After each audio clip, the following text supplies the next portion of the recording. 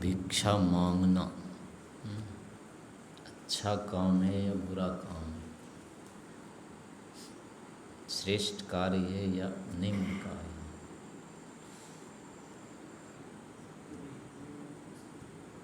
और अपने आप में स्वरूपतः वो लेकर चले ना तो फिर अच्छा माना। तो कर्मों में भी एक अच्छा एक बुरा, एक छोटा एक बड़ा, ये अलग विभाजन भी है। तो भिक्षा मांगने वाला जो है कर्म, ये बुरा में तो नहीं आता है। चोरी है, व्यभिचार है या हिंसा करना है, ये तो बुरे कर्म में आते हैं। भिक्षा मांगना ये बुरे कर्म में नहीं आता है, निम्न उच्च में आता है ये। तो भिक्षा मांगना जो है ये नीच कर्म है, निम्न कर्म है, छोटा कर्म है मतलब। हाँ, स्वरूपता क्या कारण, क्या मापदंड है इसमें है कि किसी ने उपार्जित किया है ना, जैसे कुछ चीज़ ही तो मांगेंगे उससे, वो उसके पुरुषार्थ से उसको मिला हुआ होता है। और मांगने में क्या होता है कि कुछ देना नहीं होता है, केवल लेना है उसके उस पुरुषार्थ से जो उत्पन्न किया उसने, और उसके बदले कुछ देना नहीं है, बस ले लेना है उससे। तो उसकी चीज़ कम हो जाती है ना। नहीं, देते हैं उसको, देता ही इसलिए क्योंकि उससे भाव की पूर्ति होती है। जिससे यदि भाव की पूर्ति नहीं देने होगी, वाला कुछ नहीं, वो अपने मन में लगा लेता है, वो तो अलग नहीं बात बस है। सामने वाले को देख कर ही तो देता है। नहीं, वो करुणा हो जाती है बच्चे को देख करके, हाँ, वो एक अलग चीज़ है। सात्विक भाव उत्पन्न होता है उसे। हाँ, लेकिन यहाँ बच्चा उसको थोड़े दे रहा है कुछ, धन्यवाद देगा। वो तो एक अलग विधान हो कर दिया गया है, चलो धन्यवाद दे देना। कृतज्ञता है, धन्यवाद है। वो एक अलग आत्मसंतोष कर लेना होता है, वो तो अपना एक नया कर्म है। वस्तु रूप में ठीक है, कुछ नहीं, पर भावों की अभिव्यक्ति के लिए इसीलिए है ना, दूसरे जितने जो कर्म होते हैं उसमें उस पुरुषार्थ की पूर्ति की जाती है, उसके बदले में उतना जितना उसने दिया उतना उसको देना होता है, और अनुबंधित होता है वो। ऐसे तो अच्छा जी, पढ़ना पढ़ाना जो भी गुरु जी देते तो हैं बुद्धि। नहीं, इसमें तो पढ़ना जो होता है इसमें तो बुद्धि का सीधे सीधे विकास होता है। नहीं, अपना तो होगा अच्छा जी, मतलब पढ़ने शिष्य को। वाले का भी होता है, पढ़ाने वाले का भी होता है। नहीं, ऐसे नहीं अच्छा जी, पढ़ने वाला पढ़ा है, उसको कुछ नहीं देता है। नहीं, पढ़ाने वाले को थोड़े देता है, कुछ नहीं देता। बस वही कह रहा हूँ, यदि ऐसा कर्म जिसमें कुछ नहीं दिया जाता, ये परिभाषा बनाते हैं वो निम्न कर्म।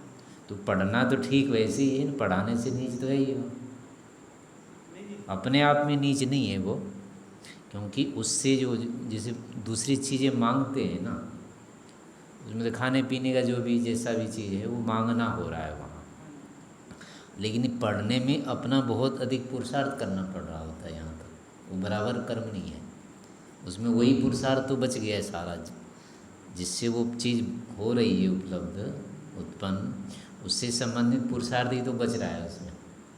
विद्या में ऐसा नहीं होता है, पढ़ ले करके फिर आप कुछ नहीं करते हैं उस पर, वो आएगी भी नहीं।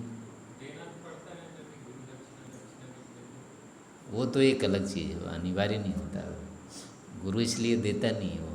कि गुरु दक्षिणा चाहिए हाँ, इसमें। गुरु दक्षिणा के नाम से नहीं दे सकता विद्या वो तो विद्या की एक सम्मान करना होता है उसको, इसमें उसके अनुसार है केवल। अच्छा जी, ऐसा लगता है ठीक है इसमें विद्यार्जन में कि वो विद्या अर्जित करनी है अपने लिए, पर उसको सामने नहीं, उस वाले। कर्म से देखिए, उस कर्म के करने से जो होता है, कर्म कैसे पूरा हो रहा है,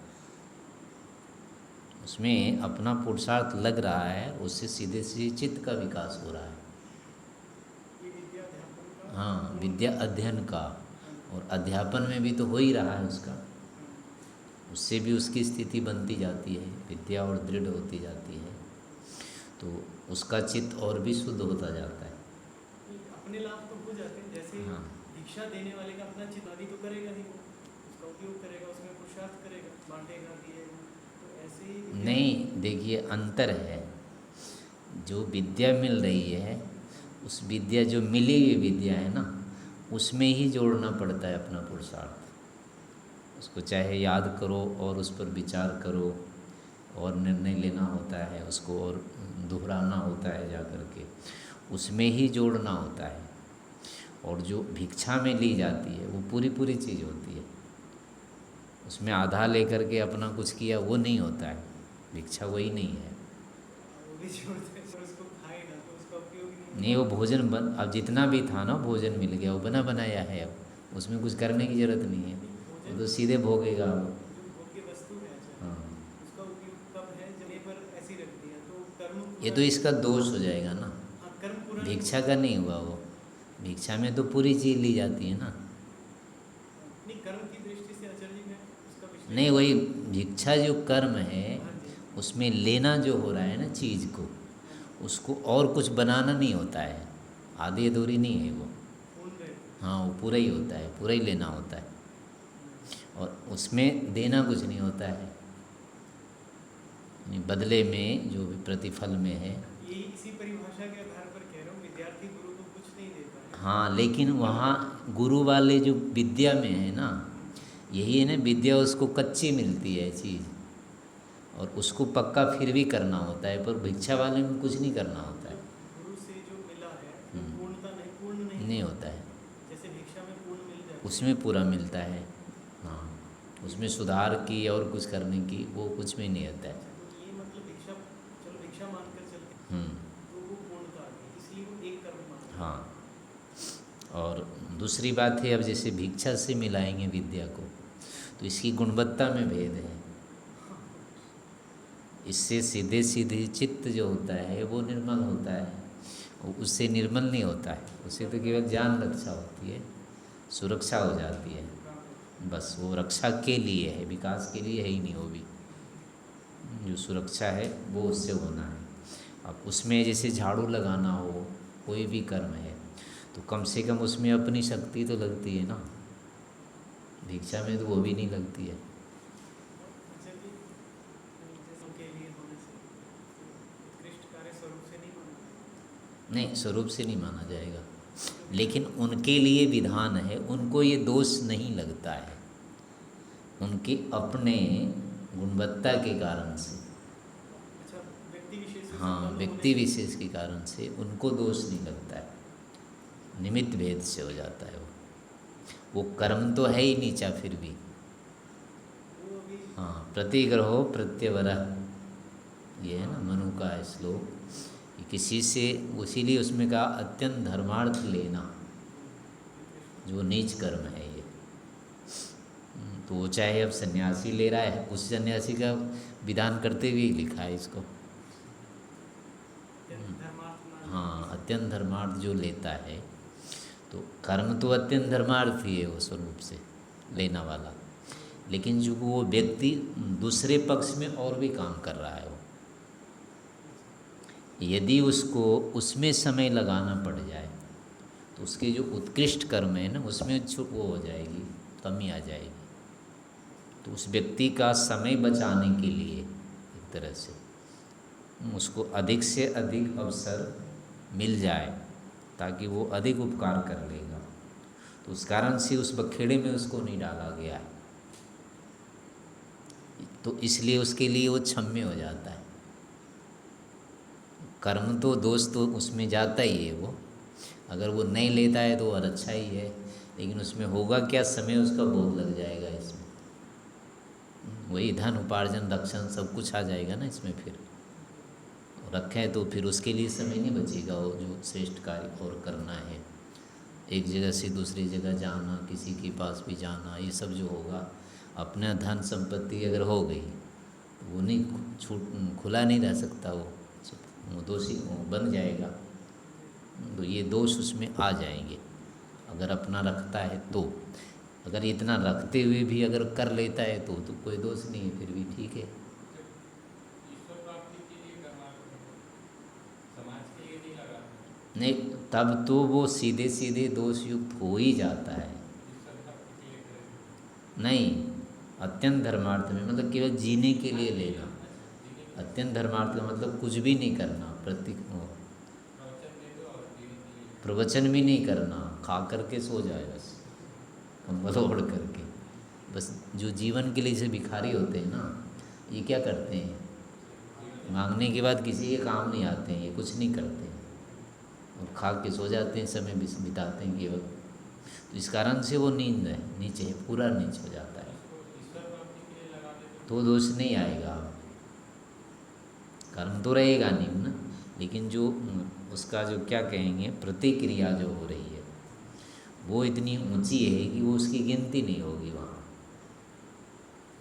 अब जैसे विद्यार्थी के लिए है, इसको इसलिए कर दिया कि अगर इस चिंता में ये आ जाता है, उपार्जन में आ जाए तो पढ़ ही नहीं पाएगा, बिल्कुल नहीं पढ़ सकता है। तो इस कारण से अब नहीं पढ़ेगा तो कितना बड़ी हानि होगी उसके जीवन की। उसको देखते हुए इसको छूट दे दी गई, चलो इस झंझट में तुम नहीं पढ़ो, ये बड़े काम कर लो तुम।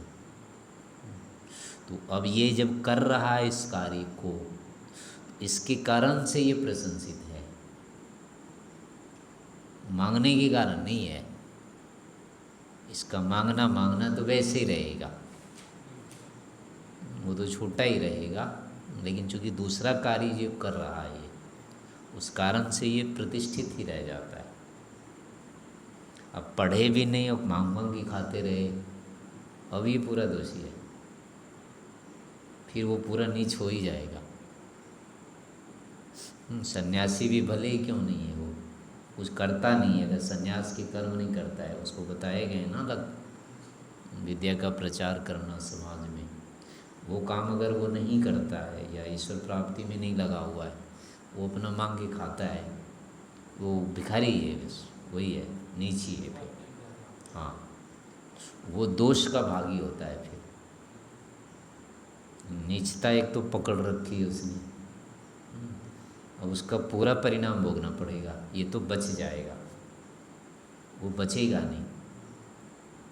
तो इस कारण से कर्म तो निम्न ही होता है वो, लेकिन उसमें अब यही होता है कि बगल में उत्कृष्ट कर्म साथ में रहते हैं, तो इसलिए वो अब निंदित कहलाता नहीं है। इसलिए जो नहीं करता है भिक्षा ले करके अपना बगल वाला काम नहीं करेगा तो वो दोषी रहेगा। इसलिए बगल वाले काम अनिवार्य हो जाते हैं फिर करने, नहीं तो वो कलंकित हो जाएगा।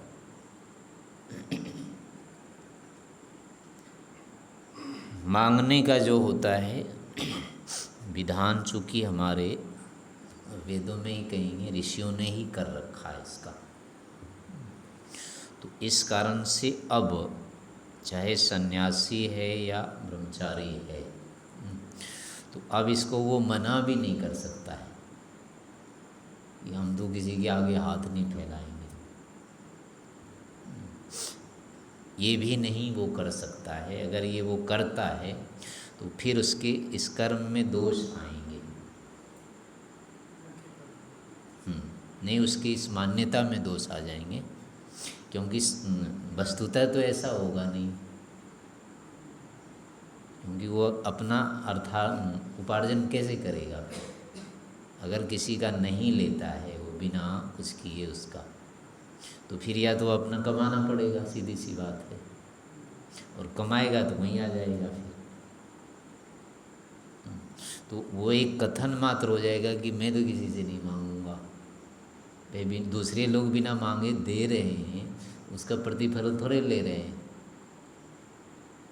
दान के बदले में जो दे रहा है वो भिक्षा, उसके बदले में ना तो वो लेगा और ना आप कह सकते हो कि इसके बदले में दे रहा हूँ।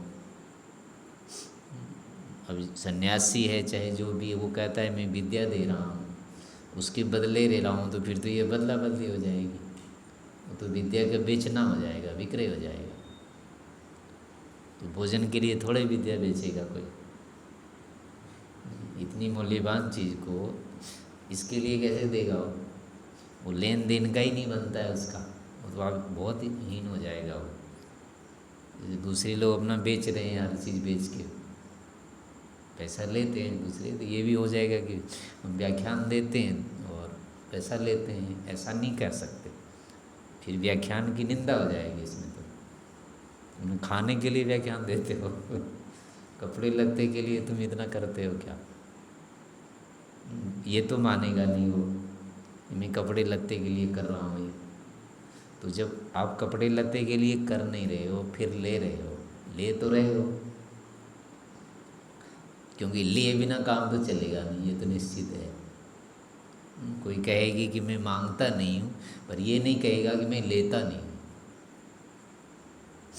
वस्तुतः तो है कि नहीं, लेता नहीं हूँ, तब तो बात है, अर्थ तो यहाँ है ना। केवल मांगना नहीं है तो आधा अर्थ है, क्योंकि देने वाला तो फिर वो दे ही देगा ना, बिना कभी मांगना भी पड़ता है, बिना मांगे भी देता है वो। उसके लिए तो पता है कि ये कौन कर्म करता है। ये लोग को देना ही होता है, वो तो यही जानता है। ये लोग लेने वाले ही होते हैं, इनको देना ही होता है। जो व्यक्ति जानता है वो क्यों पूछेगा, ये वो थोड़ी प्रतीक्षा करेगा कि मांगो तुम मेरे से, वो तो दे ही देगा। तो वो वस्तु तत्व नहीं है।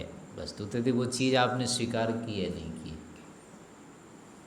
कर रहे हैं तो किसी निमित्त से अगर कर रहे हैं तो वो भी दोष है। आप किस निमित्त से कर रहे हो तो लेन देन हो गई।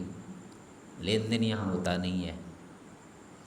ये होता है कि आप अपने कर्म अलग कर रहे हैं, जो कर रहे हैं वो अलग है, उसका फल अलग होगा, उसको इसमें नहीं मिला सकते। और वो जो हो रहा है वो अलग कर्म है, इसलिए दोनों का घोल मेल नहीं कर सकते। इसलिए चाहे सन्यासी है, ब्रह्मचारी है, अगर वो ये मानता है मैं तो किसी से हाथ नहीं फैलाऊंगा किसी के आगे, तो उसके पहले उसको कहने पड़ेगा किसी का मैं लूँगा नहीं। पहले क्यों कहना पड़ेगा? नहीं, लोग कहते हैं ऐसा, नहीं, ये पहले कहना पड़ेगा कि मैं लूँगा नहीं। तभी तो उसका अर्थ निकलेगा। मैं मांगूंगा नहीं शब्द का क्या अर्थ है? मतलब मैं अपना वाक्य बोल करके पर कोई देगा तो ले लूँ। तो वो तो बात तो बराबर ही हुई ना, लेना तो हो ही रहा है ना। पर ये जो वो कथन का भिक्ष भेद है उसमें फिर भी भावों में अंतर तो आ ही जाता है। नहीं, क्रिया में कुछ नहीं है। क्रिया में मूल अंतर बात ये है कि बिना दिए ही तो ले रहे हो ना आप। बिना मांगे ले रहे हैं। बिना मांगे वो एक अलग चीज़ है, लेकिन जो चीज़ आप वो दे रहा है ना, उसके बदले तो आप कुछ दे नहीं रहे हो। हाँ वो ठीक। बात तो वो तो अर्थ तो एक ही होगा ना, हाँ जी। थोड़ा सा अंतर होता है बस, अभिमान का होता है। चलो वो तो ठीक है, आप चोरी नहीं कर रहे हैं, वो सब तो गिना जाएगा। ज़बरदस्ती नहीं कर रहे हैं, ये भी नहीं कर रहे हैं। पर जो मुख्य अर्थ है कि जो बिना दिए लेना होता है वही है, वो मांगना कर्म है। अर्थ की प्राप्ति तो बिना उसकी ही हो रही है ना, तो वास्तविकता तो वही है। वो तो कर ही रहे हो, वो तो मना नहीं किया जा सकता है। इसलिए ये आधा अधूरा वाक्य है, मैं तो नहीं मांगता। जैसे अभी वाले बाबा होते हैं ना, तो गाली देते हैं भक्तों को, ईंट मारते हैं, पत्थर मारते हैं, गालियाँ देते हैं, लेकिन वो लोग सोचते हैं कि इससे ही हमारा कल्याण होगा। ये निरपेक्ष है, देखो मांगता नहीं उल्टा वो करता है। हाँ, उल्टा है। तो उसका अर्थ थोड़े कि आपकी गाली से वो आपका गाली देना अच्छा हो रहा है।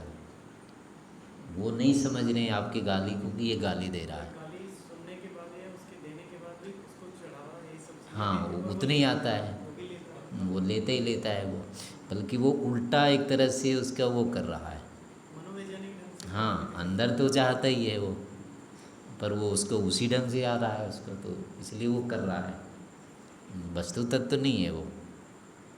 ऐसे यहाँ पर ही है कि जितना लोक में इतने होता है कि जब हम कह देते हैं नहीं चाहिए, तो देने वाला सोचता है ये निष्कामी है, वो उसको लोभ लालच नहीं है बस। यदि मना करता है तो हाँ, मना करने में देते ही ले लेते हैं, तो देने वाला समझता है ये लालची है, भूखा है, इस तरह का है। तो ये तो देने वाले के दोष होते हैं केवल। और या फिर अगर आप मना करना चाह रहे हैं तो किस चीज़ के लिए? धन के लिए तो मना करना नहीं हो रहा है, वो तो लेना ही है आपको। तो मना आप किस चीज़ का कर रहे हैं? आप अपने उसी ने उसका ही लोभ का ही मना करना चाह रहे हैं ना उस शब्द से, कि मैं नहीं मांगता। ये मांगने पर जो दूसरा अर्थ सोचता है कि ये निकम्मा है, जो कुछ है, जिन दोषों को वो लेता है मांगने के नाम पर, आप उन्हीं दोषों से बचने के लिए केवल नहीं मांग रहे हैं। उस आपका अभिप्राय यही कि मेरे में ये दोष नहीं है, मैं लोभी लालची निकम्मा नहीं हूँ, उसका अर्थ केवल इतना ही है। लेकिन जो अर्थ है लेने वाला, उसमें तो ये लागू नहीं होता है, शब्द का अर्थ निकलता ही नहीं है। तो इसलिए वस्तु तक तो निषेध नहीं होगा इसका। और ऐसा किया ही नहीं जा सकता है कि मैं नहीं लूँगा, तो नहीं लूँगे तो फिर लेंगे कहाँ से आप? उपार्जन तो कर नहीं सकते, ये तो सुनिश्चित है, धंधा करेंगे नहीं आप, लेना तो आपको है ही। मांग कर नहीं लूँगा बस। बस मांग के नहीं लूँगा, ये एक हट और है। और साधु सन्यासी ब्रह्मचारी आदि के लिए सीधे सीधे कहा गया है भिक्षाम देहि, वो बोले। हाँ, तो आप क्या ऋषियों से अलग चलेंगे? ऋषियों ने तो नहीं माना है इसको कि बोलना नहीं चाहिए। फिर भी अगर आप बोल रहे हैं तो आप क्या नया कुछ उसमें जोड़ना चाहते हैं क्या? ऐसा तो कर नहीं कर सकते। सन्यासी के लिए भी कहा है कि वो बिल्कुल नहीं वो रहे, क्या कहें, निशंक रहे, यानी किसी के सामने मतलब वो अहंकार रहित बिल्कुल रहे वो। तो मांगने से जो वही अहंकार तो बचता है, सुरक्षित रहता है। जब मांग लेते हैं तो वो तोड़ना ही पड़ता है। वैसा भी लगता है, हैं? मांग लिए इससे कुछ भी मांग लिए जैसा लगता है उसके नीचे दब। हाँ, वो लगता है ना खाली हो गया, अभी मेरे सिर पे पैर आ गया इसका। मतलब भीतर कुछ दब गया मुझसे ऐसा हाँ, और नहीं तो बस तुम कौन हो मेरे सामने? तूने दिया मांगा थोड़ी ना। हाँ, तो उसमें और उल्टे उसके सिर पर दुगना चढ़ जाता है। मैंने मांगने थोड़े गया था, यानी तुम्हारी ज़रूरत थी तो। हाँ, तो ये तो दुकानों में लिया जाता है भाई, तुम्हारी ज़रूरत है, लेना हो तो लो, पैसे तो लगेंगे, लेना हो तो लो, नहीं लेना हो तो जाओ मत। तो वो तो यहाँ ही भी वही हो गया कि तुम तो अपने काम से आए हो, उसका मतलब हमने तो नहीं लिया है, लेकिन चीज़ तो रखी लिए। वो तब होता है कि मैंने कुछ नहीं लेना है, वैसे ही दूंगा मैं तो उसके लिए तो समायोजन किया हुआ ही है कि ये जो देता है इसका पैसा ये नहीं लेगा। जो सन्यासी है या ब्रह्मचारी है, जो विद्या देगा लोगों को, उसका नहीं ले सकता ये, उसके बदले में ये ले नहीं सकता, मांग नहीं सकता। तो वो इसका कर्म तो हो ही रहा है श्रेष्ठ वाला, लेकिन वो इसके साथ नहीं है, वो अलग से है, उसके बदला में कुछ है ही नहीं, तो वो दे तो रहा ही है। तो तभी वो निष्काम भी बनेगा उसका। और इसमें बदले में लगा दिया तो निष्कामता कहाँ रहेगी, वो तो दोष हो जाएगा उसका, छोटा हो जाएगा उसका वो कर्म। तो इसलिए उसको डर इसी नहीं लगता है कि वैसे ही बड़ा है वो। तो बड़ा व्यक्ति अगर छोटा सा काम कर भी दे तो उसका क्या घटेगा? 100 में से 10 अगर कम भी पड़ गए, 100 रुपये हैं किसी के, 10 रुपये उसमें कम कर दिया तो क्या अंतर पड़ेगा उसमें? इतनी कोई बात है, घाटा नहीं है। इतना बड़ा आदमी थोड़ी सा वो कम वाला काम कर लिया, चलो।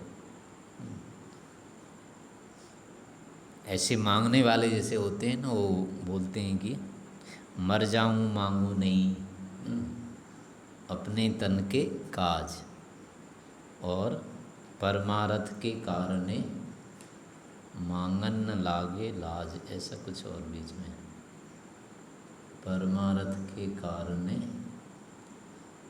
मांगे न लागे लाज, कुछ और शब्द बैठ नहीं रहा है। मैंने अपने लिए तो मैं बिल्कुल नहीं मांगूंगा, भले ही मर जाऊं, लेकिन दूसरे के लिए मांगूंगा। तो उसमें बस यही है कि केवल वो उसके डर से बचना चाह रहा है। हाँ, कि लोग मांग चांग लेगा, अपना काम कर लेगा। यानी जो गृहस्थी लोग होते हैं उनके लिए ये होता है, उनका वो तो बिल्ली और चूहे वाली बात है। वो बिल्ली के पास चूहा अगर दिया जा रहा है तो क्या उसका भविष्य? गृहस्थी होता ही वो धन कमाने वाला व्यक्ति। तो वो अगर किसी से धन मांग रहा है तो देने वाले को संशय कैसे नहीं होगा, भाई ये मांग रहा है तो क्या करेगा ये? तो इसलिए वो तो संदिग्ध होता ही है।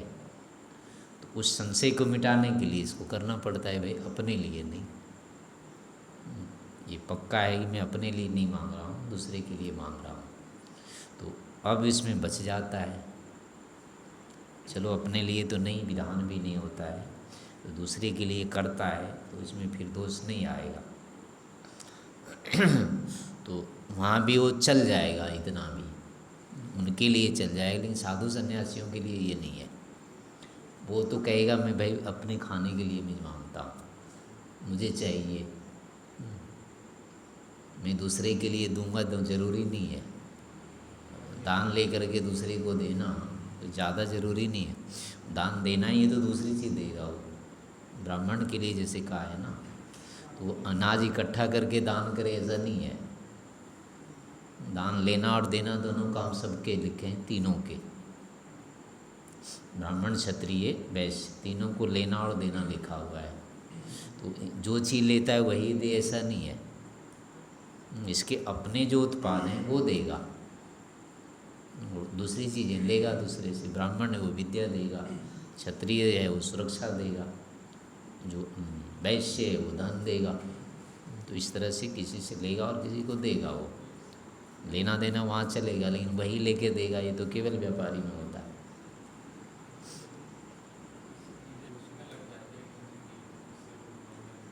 हाँ, यहाँ तो क्या होता है ना कि हम उनसे लेते हैं तो हम उनको दे भी रहे होते हैं, सहायता कर रहे होते हैं, सुरक्षा कर रहे होते हैं, या उनकी सेवा कर रहे होते हैं, काम कर रहे होते हैं। तो इसमें तो अपनापन बना रहता है, लेना देना चल ही रहा है स्पष्ट रूप से। तो इसलिए यहाँ मांगने में नहीं होता है भय। और जिसका हमने कभी कुछ दिया ही नहीं, किया नहीं है, तो उससे मांगने में फिर लगेगा ना कैसे मांगे, किस मुँह से मांगे, यानी क्या दिया है हमने जो मांगे इससे। हाँ, यानी हमने दिया नहीं है ना, तो लगेगा ऐसा। दे करके करेंगे तो नहीं लगेगा। जैसे आप यात्रा में जा रहे हैं, भोजन करना हो, तो भोजन करने के लिए अगर आप पूछ लेते हैं पहले करने से, या भोजन करेंगे क्या, तो खाने में कोई डर नहीं लगेगा। और बिना पूछे खाने लग जाओ तो अंदर लगता रहेगा, भय लगता रहेगा। हाँ, देख तो नहीं रहा है, क्या करूं, एक संकोच सा रहता है ना। लेकिन पूछ लेते हैं कि लो जी, और वो लेता तो है ही नहीं कोई, वैसे भी मना कर देता है, नहीं जी ठीक है आप लो, तो पूरे भोजन तक कोई डर नहीं लगता है। तो ऐसे ही जब हम उस चीज़ को दिए हुए हो रहे होते हैं, जब लगता है कि मेरे पास भी कुछ है देने को, तो उस अवस्था में किसी से मांगते हैं तो एक तरह से वो सहायता हो जाती है। लेकिन जब है कि हम देने लायक तो है ही नहीं, फिर कैसे मांगे, और नीचे हो जाएंगे। और जो वो अपना अहंकार रहता है उस समय, तो वो इसलिए डर लगता है। हाँ, अभिमान की हानि के कारण से डर लगता है। लेकिन जिसमें रहेगा हम तो देते हैं, हम भी देंगे या दे रहे हैं, तो उसमें फिर डर नहीं लगेगा। सहायता में यही होता है कि ये इससे कर रहे हैं तो हम करने को तैयार अगर रहते हैं, तो उसमें उतनी सहायता लेने में भय नहीं होता है। तो कारण यही है कि दूसरे के हमने तो किया ही नहीं, या किसी भी अपरिचित के सहायता करने की वो स्वभाव नहीं है, अनुभव नहीं है ऐसा करने का, तो उसमें लगेगा। तो उस कारण से लगता है कि हमने दिया कुछ नहीं, देने लायक कुछ नहीं है, तो लेने में भी डर लगेगा। ये लगेगा कि हमारे पास है देने को, हम दे सकते हैं, तो लेने में डर नहीं लगेगा। तो यहाँ होता है जो निर्मित हो रहा है व्यक्ति, तो भविष्य के लिए निर्मित हो रहा है, इकट्ठा कर रहा है वो, तो उसको डर किस बात का, हम तो करेंगे ही करेंगे। इसलिए उसको नहीं लगेगा। विद्यार्थी के लिए, ब्रह्मचारी के लिए वो है कि हम भविष्य में तो आएंगे समाज के काम करना ही हम, इसलिए हम अभी अवसर हमारे पास है, दूसरे काम कर लेते हैं इनकी सहायता से, इसलिए उसको नहीं लगेगा। और सन्यासी दूसरी तरफ से कर ही रहा होता है, और इसलिए उसको भी भय नहीं लगता है। बाकी के लिए भी दान ही नहीं है, करता है तो ये वो उसके साथ ये चीज़ें रहती है, उसको सावधानी रखनी पड़ती है। इस रूप में इस लेने देने को चलना चाहिए। बाकी ये तो सिद्धांत स्वरूप हो जाता है, व्यवहार करते हैं तो किसी भी चीज़ में थोड़े से भेद आ ही जाता है, वो उस स्तर का नहीं होता है। कहीं अपवाद हो जाएगा, कहीं कुछ नियम लगेगा, कहीं नहीं लगता है। जैसे गाय होती है कोई, तो वो दूध देती है, यही कहेंगे ना, जो गाय होती है दूध देती है, पर सारी गाय दूध देती है क्या? नहीं देती है। अब गाय के सींग होते हैं, तो कोई ज़रूरी है सभी गाय के मिल ही जाएंगे सींग? किसी के टूट भी जाते हैं, नहीं होते हैं, किसी के दांत टूट जाते हैं। यानी धर्मों में कभी भी हो सकता है, न्यूनता आ जाती है। तो उस धर्म के न्यूनता होने के कारण व्यवहार प्रभावित होता रहता है। तो ऐसे लोक में भी होता है, किसी भी कारण से व्यक्ति के दोष के कारण वो कर्म में परिणाम नहीं दिखता है। तो ऐसा भी होगा, ब्रह्मचारी होगा, निकम्मा भी होगा। अपना 10 पढ़ने वाले एक खाने वाला निकलेगा, ऐसा भी हो सकता है। ऐसे सन्यासी हैं, कुछ करने वाले भी निकलेंगे, लेकिन एक इतना भी कर देगा, कोई 10 की पूर्ति कर देगा। 9 भले ही खा के सो रहे हैं, लेकिन अकेला वो अगर रात भर जाग करके पहरा दे देता है तो सारे के काम कर दिए, और क्या होगा। ऐसे कोई व्यक्ति समाज की रक्षा कर देता है, कोई आविष्कार कर देता है, अन्य कोई विशेष कार्य कर देता है, तो 10 लोगों का काम कर तो दिया उसने, उसकी क्षतिपूर्ति हो जाती है। इस तरह से तो लोक में होता रहता है ऐसा। ऐसे मांगने आदि में भी ये चलता रहता है था। तो ऐसे हो जाता है, यानी जो विद्वान व्यक्ति है उसके सामने ऐसी समस्या नहीं आती। लोगों को यदि पता लग जाता है एक बार, तो सहायता करते ही करते हैं। अपरिचितों में थोड़ा सा होता है, एक में नहीं तो दूसरे में, दूसरे में तीसरा तो मिल ही जाएगा। सारे एक ढंग के नहीं होते हैं, लेकिन अपने को थोड़ा सा वो लगता रहता है। वो इसीलिए होता है कि वो उस क्षेत्र में गए हुए नहीं होते हैं, अनुभव नहीं रहता है, पर ऐसी समस्या नहीं आती है। ये समझना चाहिए इस विषय में।